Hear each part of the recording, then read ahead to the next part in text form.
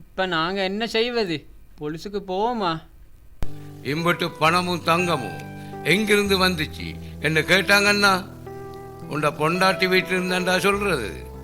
அதோட ஆத்திஃப் வயசு அடிச்சா என்கிறதும் அம்பலமாகிடும். அது மட்டும் இல்ல, ஆத்திஃபும் இந்த களவுல பங்காளி என்னும் ஆக்கிடுவார். ஆத்திஃப் கிட்ட சிகரெட் வாசம் என்று தங்கச்சி சொன்ன நேரத்துல கவனித்திருந்தா இந்த நிலைமை ஆகிருக்காது. குத்து பட்டுச்சு.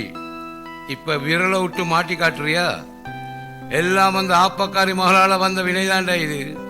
என்னவ பாட்டு பாட போயிருக்கலாமே. அவள் வரட்டும், திரும்பி வரட்டும், ஒரு கை பார்த்துடுறேன். இவ்வளவு நடந்தும் உங்களுக்கு புத்தியே வர இல்லையா? என்னமோ பாவத்துல வந்தது அந்த வழியிலேயே போயிட்டுது என்று மனசை சமைச்சுக்கிட்டு தௌபா கேளுங்கோ. அடியே எம்பிட்டு போனாலும் நான் திரும்ப சம்பாதிப்பேன். இந்த வீட்டை அடமானம் வச்சு சரி. எனக்கு தான் மூளை சிரிச்சு, உங்களுக்கு அதை விட சிரிச்சு. இந்த வீடு என் பேருக்கே இருக்கு. எனக்கு 18 வருஷம் ஆவணுமே அடமானம் வைக்கிறதுக்கு.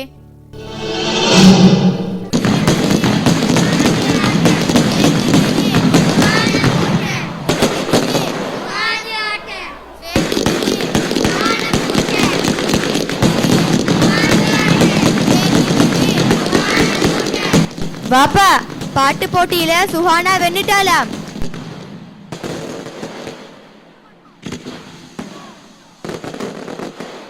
அம்மான், கொஞ்சம் நில்லு, நானும் வாரேன். நிக்கல, அது ஓடி வாங்க தாத்தா.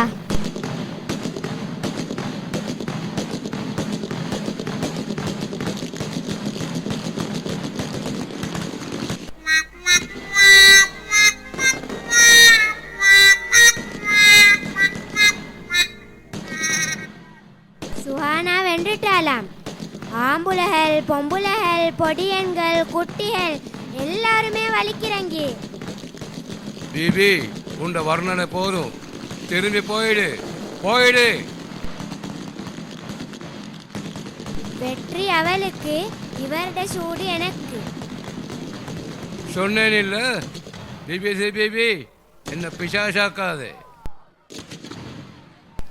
எல்லாரும் ஓடி வாங்க. ஐயா, அவசரமா ஓடி வாங்க.